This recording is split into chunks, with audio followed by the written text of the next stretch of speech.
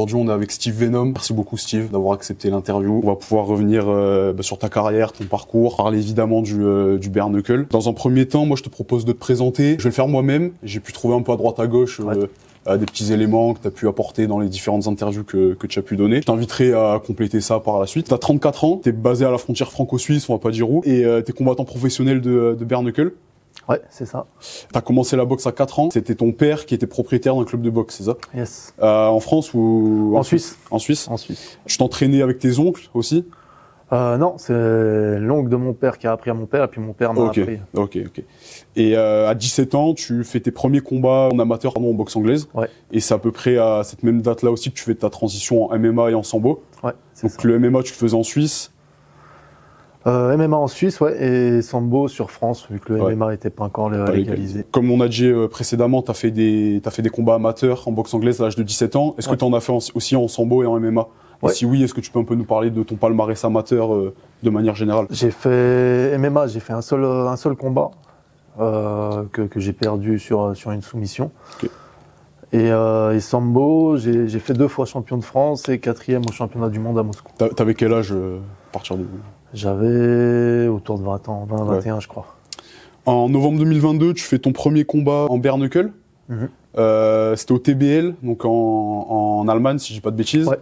Alors c'était pas du bare knuckle parce que je crois que là-bas c'est pas égalisé, mais c'était avec des petits gants des gants de MMA. Ouais. Face à un adversaire beaucoup plus lourd que toi, donc 130 kilos, c'est ça. Tu en pesais 105, c'est ça à ce moment-là?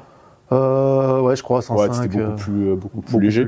Et tu t'imposes par KO au premier round. Ouais. Toi, en tant que première expérience, qu'est-ce que tu as ressenti pendant ce combat-là? Vraiment cool, cool. Ça faisait plaisir déjà de remettre les gants parce que ça faisait un moment. Et puis c'était une bonne transition, je pense, de commencer avec des petits gants de MMA comme ça, la boxe. Parce que du coup, de tes 20 ans, de tes combats amateurs que tu as pu faire à 20 ans jusqu'à ton premier combat en bare knuckle au TBL, est-ce que tu as combattu ou pendant cette période-là, tu es resté inactif? Non, j'avais juste fait un combat en kickboxing, pareil, pour essayer, contre pareil, un mec qui était un petit peu plus lourd, il était à 116, j'étais à 96. Et ça s'est terminé au premier round par KO aussi. Ouais. Et voilà. En mars 2023, tu fais ton premier vrai combat dans les règles du bare knuckle, donc à point nu, avec forcément les règles derrière, etc. au BTTB. C'est le nom de l'organisation, si je dis pas de bêtises. C'est ça, Back to the Bone. C'est où? C'est en Angleterre, ça? En Angleterre, En Angleterre. Un adversaire qui, encore une fois, est plus lourd que toi, mais qui en plus avait la particularité de mesurer 2,03 m. Ouais. Toi, t'en fais 1,83, c'est ça? Ouais, donc, grosse différence de taille qu'on peut voir forcément pendant le combat, pendant la vidéo. Et tu gagnes par TKO, enfin par KO au deuxième round. Tu remportes au passage la ceinture européenne, c'est ça, des poids lourds. C'est ça. Pareil, là, premier titre que tu gagnes. Ouais. Qu'est-ce que tu ressens à ce moment-là? Est-ce que tu te dis que c'est vraiment le début peut-être d'une grande carrière pour toi dans cette discipline? C'est ça, mais je suis déjà parti dans cette optique en fait depuis le début. Je me suis lancé et j'ai mon objectif, c'était le BKFC. Ouais. BKFC, la ceinture du BKFC aussi par la suite. Donc c'est juste le déroulement des choses. En mars 2023, donc juste pour que vous compreniez, là ça enchaîne, on est sur novembre 2022, mars 2023, deuxième combat en mars 2023, à nouveau au TBL, où là tu gagnes à la décision. Ouais, le TBL c'était avant le... C'était avant? Ok, je me suis basé en fait sur la date d'ajout des vidéos YouTube. Ouais, c'est pour ça. Alors il y a eu les 2 combats au TBL et ensuite Back to the Bone. Donc tu gagnes à la décision cette fois-ci. Juin 2023, donc retour au Back to the Bone pour défendre la ceinture, et tu gagnes par KO au premier round. Novembre 2023, donc le premier combat au BKFC, donc la prestigieuse organisation américaine, en Bulgarie, et tu gagnes pareil au premier round. Ouais. Est-ce que tu peux un peu nous expliquer l'issue du combat, parce que j'ai pas réussi à me procurer les images, donc je pense que c'est pareil pour les gens qui vont regarder. Ouais. Alors le combat, pareil, c'était rapide, ça a duré moins d'1 minute. Il tombe 3 fois sur la minute. Et en fait, le combat se termine parce qu'il prend un uppercut. C'était pas volontaire, mais un uppercut dans le biceps et le tendon a lâché. En fait. Putain, là ça c'est fatal. Et du coup, fini. Donc pour bien résumer, on est sur 5 combats, 5 victoires, 4 KO, dont 3 au premier round. Comment est-ce que toi tu définirais un peu ton style de boxe? Jusqu'ici, j'ai pas pu trop montrer mon style de boxe en vrai. Et je pense, c'est pas pour me mettre des fleurs ou quoi, que je suis meilleur Quand le mec est meilleur en face, j'arrive à montrer plus de choses aussi. Partir outsider. Le niveau en face est meilleur, moi, je peux montrer plus de trucs aussi en fait. Mais en étant outsider, j'aime bien. On va du coup on va rentrer dans le vif du sujet et parler directement de la discipline du bare knuckle. Est-ce que tu peux expliquer, pour ceux qui ne savent pas, ce qu'est concrètement le bare knuckle, expliquer les différences principales avec la boxe anglaise? Parce que souvent on a tendance à définir la discipline juste comme boxe anglaise à point nu, mais en réalité il y a quand même des différences, notamment au niveau des règles. Est-ce que tu peux un peu en parler? Bon, c'est déjà la grosse différence. Il n'y a pas de gants, ça fait toute la différence, que ce soit... La boxe, c'est pas la même, ça n'a rien à voir. Les rounds sont plus courts, c'est sur 2 minutes. Après, ça dépend combien de rounds suivant les organisations. Là, au BKFC, c'est des rounds de 5 rounds de 2 minutes. On a le droit de saisir à une main derrière la tête pour frapper. Ça, c'est cool et ça change. T'as le droit aussi tu peux être compté maximum, pareil, 3 fois dans un round avant d'être arrêté? Ouais. C'est pareil? Non, ça pareil, ça dépend des organisations, 3 ou 5 fois, je crois. Toi, comment est-ce que tu as découvert cette discipline-là? Moi, c'est vraiment en arrivant chez Gaëtan. Il y avait le French Viking qui faisait les combats au KOTS. On a fait du sparring ensemble et puis il m'a proposé de faire des combats. Moi, je lui ai dit que par contre, la partie illégale, ça m'intéressait pas avec les combats au KOTS. Et puis il m'a parlé du bare knuckle et c'est comme ça que... Pourquoi le KOTS, toi, ça t'a jamais... C'est le côté vraiment illégal, quoi? Ouais, c'est ça. C'est parce que j'ai des gens qui me suivent, des jeunes qui me suivent et c'est pas ce que j'ai envie de promouvoir, en fait. T'en penses quoi, toi, de ces organisations underground? Il y a par exemple le KOTS, il y a le Gromda en Pologne. Il y a... ah merde, c'est quoi l'autre? Il y a le WOTOR aussi. Ouais. Où pareil, là, c'est du MMA avec sans gants. Toi, par contre, c'est des organisations légales. Là. Ouais, c'est des organisations légales, mais Gromda, c'est du bare knuckle. Ouais, non, mais ce que je veux dire, c'est Gromda, c'est bare knuckle? Gromda, ouais. Je croyais que c'était que du combat libre, pardon. Non. Mais par exemple, tu vois une organisation comme le WOTOR, par exemple. Toi, ça pourrait typiquement te plaire ou non, toi, c'est full bare knuckle? Non, je vais rester dans le bare knuckle parce que là, il faudrait refaire une transition, retravailler le sol. Et c'est quoi, toi, qui t'attire principalement dans la discipline, dans le bare knuckle? Le fait que ce soit à point nu et ça t'envoie une adrénaline, quelque chose que j'aime beaucoup en fait. Parce que tu avais dit en fait aussi dans une précédente interview, tu avais dit qu'en fait ce que tu aimais aussi dans le bare knuckle, c'est que ça se rapprochait beaucoup de la réalité. Donc du combat à point nu, forcément sans règles, etc. Et en fait ça me fait penser à quelque chose, c'est que tu as beaucoup de combattants professionnels, je crois que le dernier en date, si je dis pas de conneries, ça doit être Yeri Pro HK de l'UFC, qui sont partisans des combats sans round. Ouais. Toi, est-ce que toi, t'en penses quoi de cette idée? Est-ce que pour encore plus se rapprocher vraiment de la réalité, c'est quelque chose qui te parle ou tu vois vraiment aucun intérêt?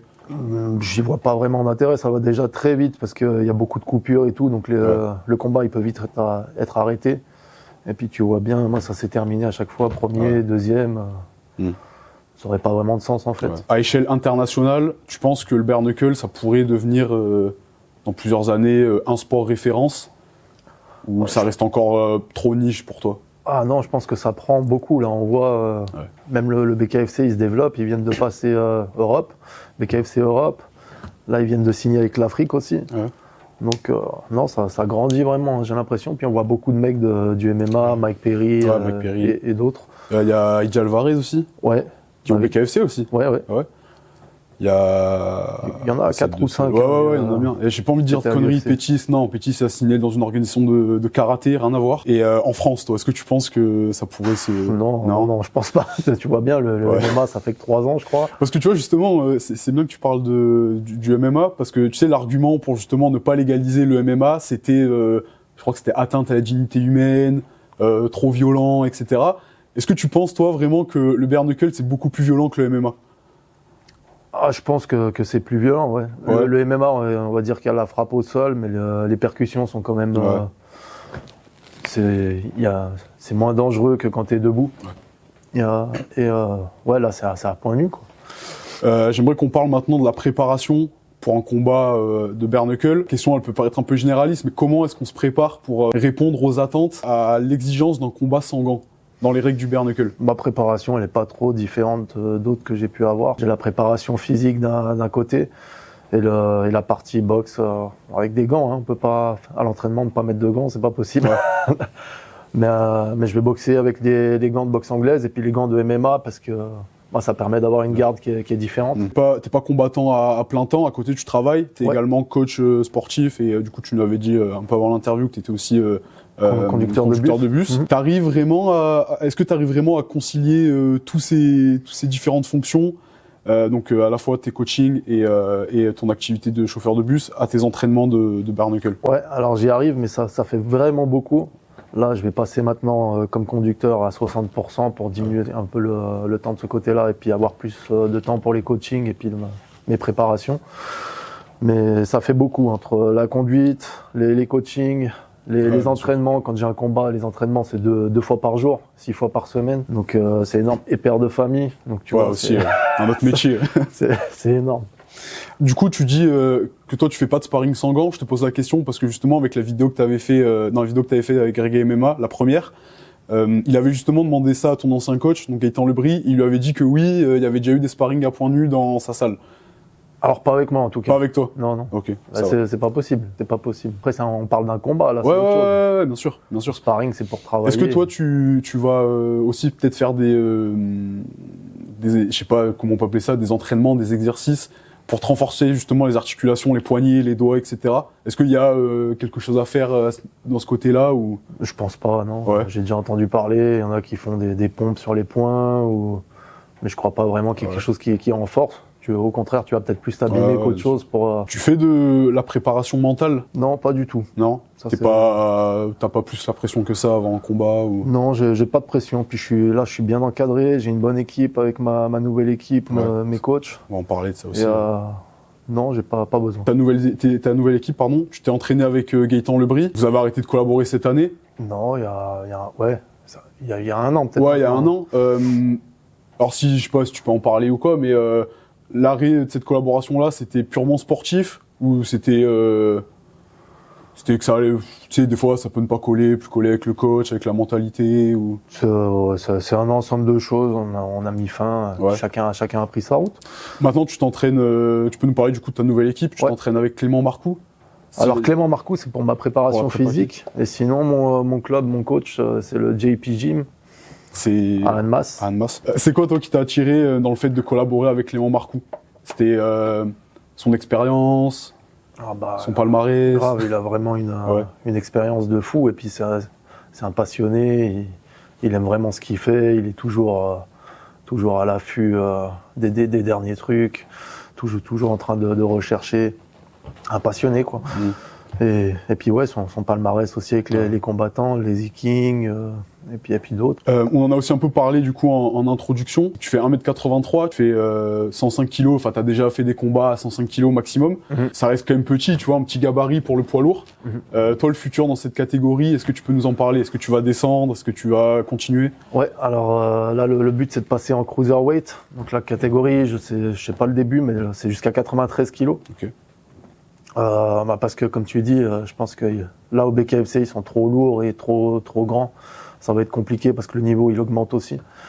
Donc je pense que ce sera une bonne catégorie pour moi. Puis j'ai déjà regardé le champion et tout. Là l'objectif c'est la ceinture. L'objectif c'est la ceinture. En parlant aussi du changement d'équipe, tu as récemment signé à la Bulgarian Top Team, donc c'était en septembre à peu près. Bulgarian Top Team de Guillaume Pelletier. Comment est-ce que toi t'es rentré en contact avec eux? Dans quelles circonstances s'est effectuée la signature avec cette équipe? On est entré en contact par le biais d'un pote. Et du coup, il y a eu un échange de messages et puis il m'a recontacté plus tard et puis ça s'est fait comme ça. Parce que il signe de plus en plus aussi de combattants de bare knuckle. Et il est en train de, tu sais s'il est en train de développer quelque chose autour de ça ou? Alors je sais pas du tout, il est plus axé après sur le MMA. Ouais, c'est pour ça. Bare knuckle, non je crois pas. Est-ce que tu vas pouvoir bénéficier des sparring grâce à la Bulgarian Top Team? Parce qu'il y a par exemple, tu sais, Ruskov Domingos, qui lui aussi alterne un peu entre MMA et bare knuckle. Typiquement, toi, un sparring avec lui, l'entraînement ou quoi, vous avez déjà pensé, vous avez déjà été mis en relation ensemble? Non, on n'a pas, on s'est déjà parlé nous, mais sinon on n'a pas été mis en relation pour faire du sparring et tout, mais après pourquoi pas avec plaisir pour échanger. Le boss de la Bulgarian Top Team, donc Guillaume Pelletier, qui est peut-être le manager le plus influent dans le MMA français à l'heure actuelle, avec toutes les signatures qu'il y a pu avoir récemment. La question est toute trouvée, mais est-ce que toi, une transition vers le MMA, te semble logique suite à cette signature ou sans Non. plus? Non. Non. Enfin, moi de mon côté, j'ai pas envie. Ouais. Après, on sait pas ce qui peut être proposé ou quoi, mais pour l'instant, je suis vraiment fixé sur le bare-knuckle et puis aller chercher cette ceinture, ce sera déjà bien. Il y a un sujet dont je voulais parler avec toi. Alors je sais pas si tu vas accepter parce que ça reste un sujet qui reste quand même assez personnel, mais tu as déjà fait référence à ce sujet dans tes interviews précédentes, c'est la foi. Ouais. Donc toi t'es Évangélique. ouais, et c'est vrai que c'est un sujet qui est quand même je te parle de ça parce que c'est un sujet qui est quand même omniprésent, tu vois, dans la sphère des sports de combat. On pense par exemple, tu vois, à Khabib, où il y a tous les fans musulmans qui vont s'identifier à lui. Ouais. Moi, je voulais te poser quelques questions justement sur la pratique religieuse et la pratique sportive. Ok. Si ça te va. Vas-y, y a pas de problème. Est-ce que tu disais du coup que toi, tu n'avais pas recours à de préparation mentale? Est-ce que tu penses que la foi t'aide indirectement, mentalement, justement, à te préparer à tes échéances, etc. Ah, clairement, ouais. Oui. Ouais. Ça te donne la force, ça te... Ouais, c'est ça me donne la force, ça me pose, ça me calme, et puis j'ai confiance, peu importe que je gagne ou que je perde, de toute manière, je m'en remets à Dieu. Et voilà. Est-ce que tu penses qu'il n'y a pas une forme de paradoxe entre les valeurs de la religion, quelles qu'elles soient, donc tu vois, le respect de l'autre, l'ouverture vers son prochain, etc., et l'omniprésence de la violence du sport que tu pratiques? Je pense pas, parce que justement, ça reste dans le sport, et c'est aussi pour ça que j'ai pas voulu aller sur le côté illégal, par rapport aussi à ma foi. C'est que là, on est sur deux mecs qui sont d'accord de partager ça, tu vois. Les deux sont OK avec ça. Donc, c'est une violence contrôlée, tu vois, entre guillemets. À partir du moment où c'est consentant. Voilà, c'est ça. Comment est-ce que toi, tu arrives à justement transporter cette... Alors, je sais pas si tu es pratiquant, etc., mais comment est-ce que tu arrives à transposer, toi, la discipline religieuse et la discipline sportive? Est-ce que c'est quelque chose que tu arrives à mettre en lien? Oui, déjà, je suis pratiquant, parce que c'est bizarre de dire qu'on a la foi, mais qu'on pratique pas. C'est comme dire, je suis végétarien, mais je mange de la viande, tu vois. Non, je peux concilier les deux. Pour moi, je vois pas, il y a aucun problème. Hein. Est-ce que aussi la foi que tu vas avoir, ça va influencer toi la perception que tu as de l'issue d'un combat, dans la victoire ou dans la défaite? Comme je t'ai dit, de toute manière, que je gagne, que je perde, je m'en remets à Dieu. Et ouais. Et toi, en tant que personne de foi, en tant que religieux, comment est-ce que tu abordes la question de la rivalité dans le milieu sportif? Ouais, c'est quelque chose de sain, c'est dans le cadre du sport. Moi, après, je suis pas dans le trash talking. Ouais. C'est donner le meilleur de soi sur l'instant T, et c'est tout. Après, j'ai rien contre mon adversaire. Il n'y a pas de problème, on peut manger ensemble. Après. Après. Avant, c'est autre chose. La suite pour toi, du coup, tu peux un peu nous en parler? Est-ce que tu as des échéances qui arrivent, tes objectifs sur court, moyen, long terme? Tu peux un peu nous parler de ça? Alors, j'attends des nouvelles de Guillaume. Là, pour l'instant, c'est en négociation. Donc, il y aurait peut-être de nouveau en Bulgarie, parce qu'en Bulgarie, ils vont faire 2 fois par année, je crois. Mais normalement, ouais, ça devrait être Bulgarie, États-Unis. Donc là, c'est en pleine négociation. Je vais avoir le contrat, c'est sûr, mais ils sont en train de négocier tout ça. Et les contrats, en général, au BKFC, c'est les contrats, par exemple, qu'on peut retrouver... l'exemple que tout le monde connaît, ça va être à l'UFC, donc des combats où tu as 4 combats, c'est ça? Ouais, c'est ça. Tu signes pour 4-5 combats, puis après tu re-signes à la fin. Tu as la prime... d'un point de vue rémunération, tu as la prime à signature du combat et tu as aussi la prime en fonction de la victoire. Ouais, c'est ça. Et est-ce que comment dire, être constant au BKFC, toi, ça pourrait te permettre de vivre uniquement du bare knuckle ou... Ah, je pense que oui, ouais. Après, au début, tu peux pas en vivre. C'est pas énorme les sommes. Hein. Ça doit être comme à l'UFC, des 10-10 au départ. Ça paraît énorme pour les gens, mais en même temps, c'est pas grand-chose. Et puis, c'est dérisoire comparé à un champion. Tu vois, un McGregor qui gagne des millions, ou même d'autres déjà qui sont peut-être à 200 000. Ça n'a rien à voir avec un mec qui commence, qui est à 10 000, tu vois. Donc, tu peux pas en vivre au départ.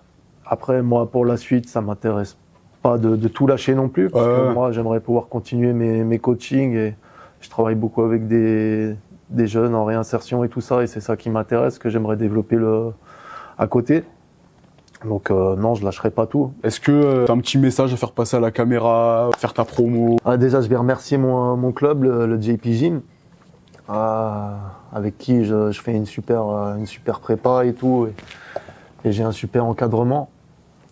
Et sinon, je conseille à tout le monde de se mettre dans le sport aussi. Pas forcément les sports de combat, mais pour le bien-être, se dépenser. Et puis c'est des vraies valeurs. Le dépassement de soi, le respect de soi et de l'autre. Et je pense que tout ça, c'est bien, hein, la détermination, aller au bout des choses. Et puis l'encadrement. Il y a un cadre dans le sport, il y a des règles. Et tout ça, c'est super intéressant. Bon, bah, je pense que le message est passé. Merci Steve pour cette petite interview. Je pense qu'on a pu, comme tu as dit, faire un peu le tour des questions. T'as une date là que tu peux nous communiquer du coup ou du coup, rien d'officiel quoi. En pleine négociation. Ouais, donc, toujours ok, ça va. Pas du tout. Bon bah du coup on continuera à suivre, à partager ton actualité de notre côté. Merci beaucoup, merci d'avoir regardé l'interview les gars. Vous pouvez aller vous abonner à tous les réseaux, Instagram, Twitter, TikTok, YouTube et on se dit à la prochaine. Ciao. Merci.